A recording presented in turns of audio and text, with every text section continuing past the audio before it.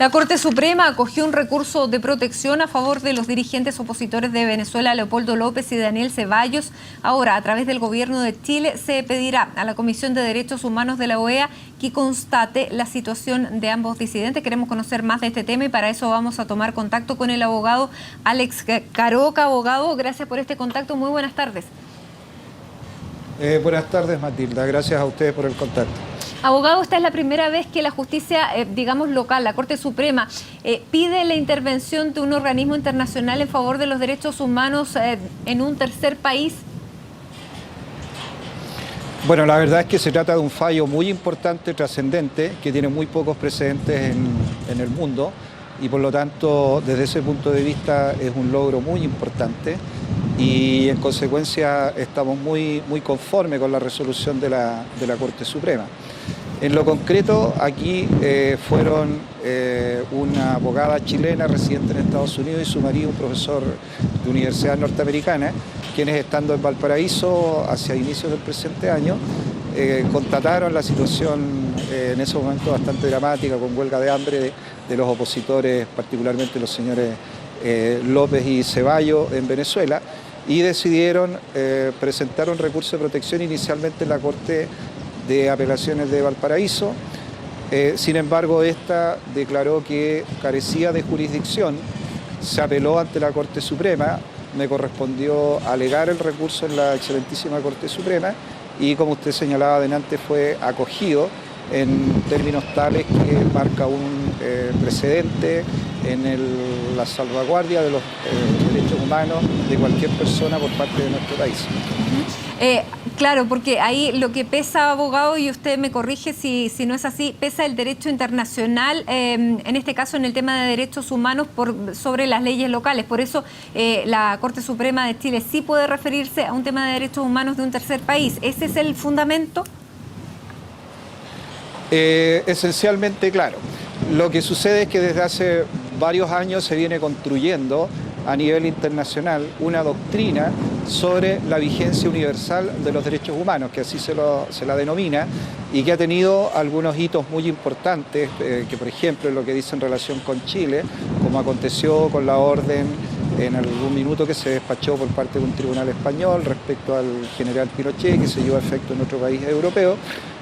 pero que ha alcanzado otros hitos con posterioridad. Entonces acá se ha dado un paso muy importante, puesto que se recurrió en Chile respecto a personas que se constató que están sufriendo afectación de derechos fundamentales en un territorio de otro Estado. Entonces la pregunta jurídica, el problema jurídico a dilucidar era: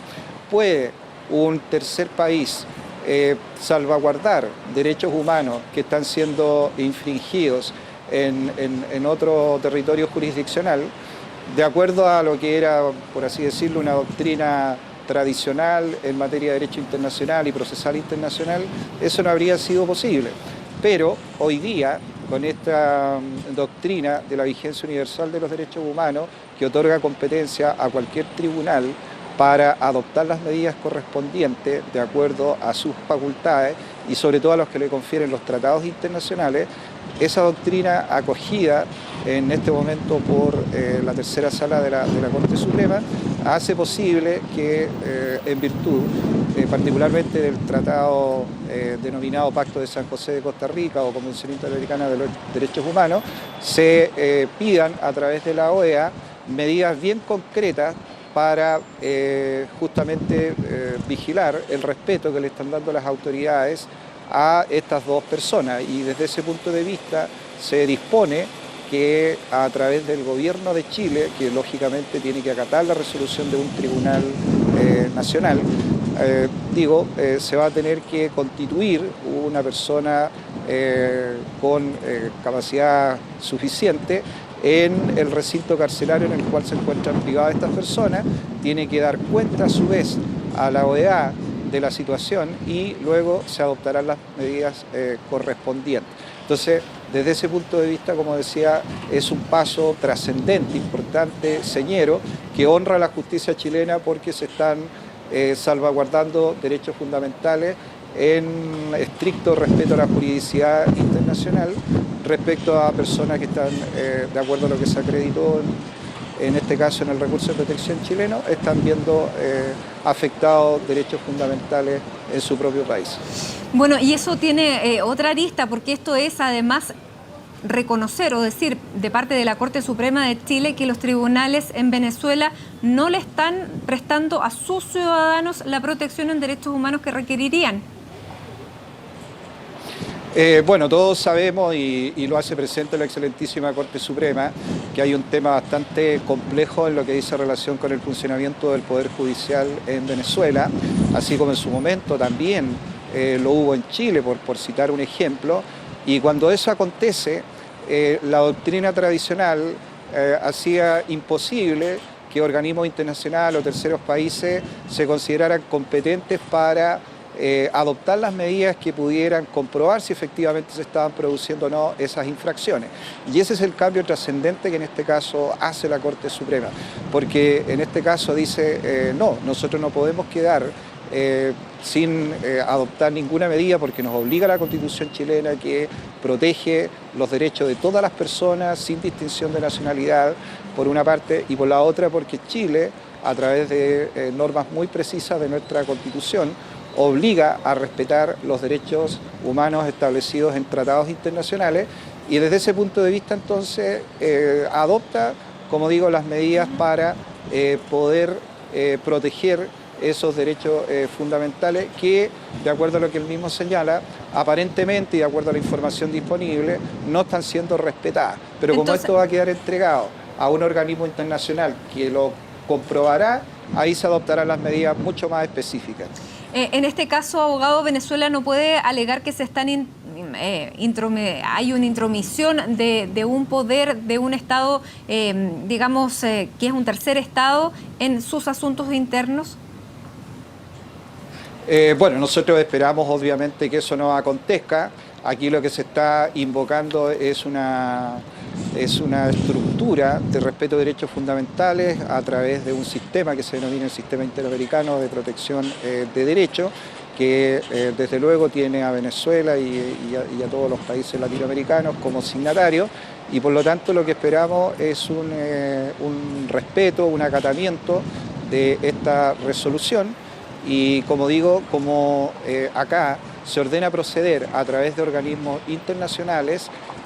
lógicamente que lo que se espera es que se pueda dar cumplimiento estricto a este fallo y de esa manera constatar el estado efectivo en el cual se encuentran estas personas. Ahora, obviamente, de no haber un acatamiento de esta resolución, el propio Sistema Interamericano de Derechos Humanos contempla las medidas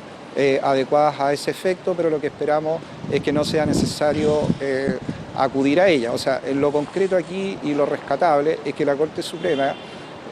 como digo, en un fallo que la dignifica, no se ha quedado de brazos cruzados, como ella misma lo dice, sino que ha adoptado las medidas que estaban a su alcance, con apego estricto a la juridicidad chilena e internacional, que incluye, por supuesto, a la propia Venezuela, para iniciar un procedimiento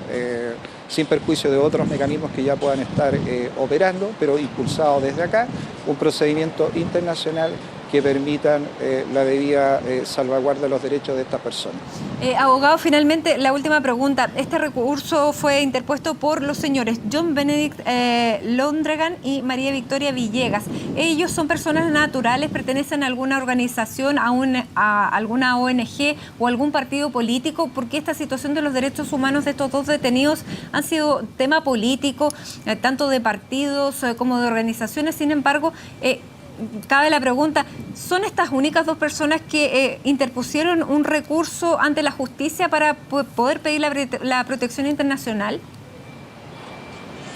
La verdad es que son personas naturales. La señora Victoria Villegas es una abogada chilena, estudió en la Universidad Católica de Valparaíso, pero reside hace muchos años en Estados Unidos, y fue ella la que me pidió que yo alegase por una razón de amistad. Yo tampoco tengo ningún compromiso en esta materia más que tratar de lograr el respeto de derechos fundamentales, como en algún momento diversos organismos internacionales trataron de que se hiciera en Chile. Y la otra persona es su marido, que es un profesor norteamericano, estudioso en materia de relaciones internacionales, y que, como califica la Corte Suprema, son personas de buena voluntad, personas naturales que no pertenecen a ninguna organización concreta, y eso también hace que sea más valioso todavía el fallo, porque en definitiva permite que cualquier persona, como lo autoriza la Constitución chilena, incluso más allá de lo que establece, por ejemplo, el Pacto de San José de Costa Rica, que tiene limitaciones para que personas naturales acudan al sistema, Chile, superando ese problema, insisto, permite que cualquier persona, como aconteció en este caso, interesada en la protección de derechos fundamentales, por supuesto que debidamente compareciendo, en este caso a través de abogados, y argumentando, por supuesto, jurídicamente lo que se está sosteniendo, pueda acudir a la justicia chilena para, a través de un mecanismo jurídico, como digo, que corresponde, complejo, pero aplicable, y se obtenga un resultado como este, porque la excelentísima Corte Suprema chilena, como digo, pueda adoptar medidas concretas para obtener el respeto a los derechos fundamentales de personas que, como se constató también en el expediente respectivo, están siendo amagados gravemente en el ejercicio de algunos de esos derechos. Entonces acá, en conclusión, no se le ha dado una connotación de carácter político, ya aquí no hay una organización detrás, ni hay personas con ideología política particular. En mi caso concreto, yo siempre he abogado por el respeto de los derechos fundamentales, cualquiera sea el credo político de las personas, y desde ese punto de vista yo creo que eso fue bien entendido por la excelentísima Corte Suprema, lo dice en su fallo, y también habla bien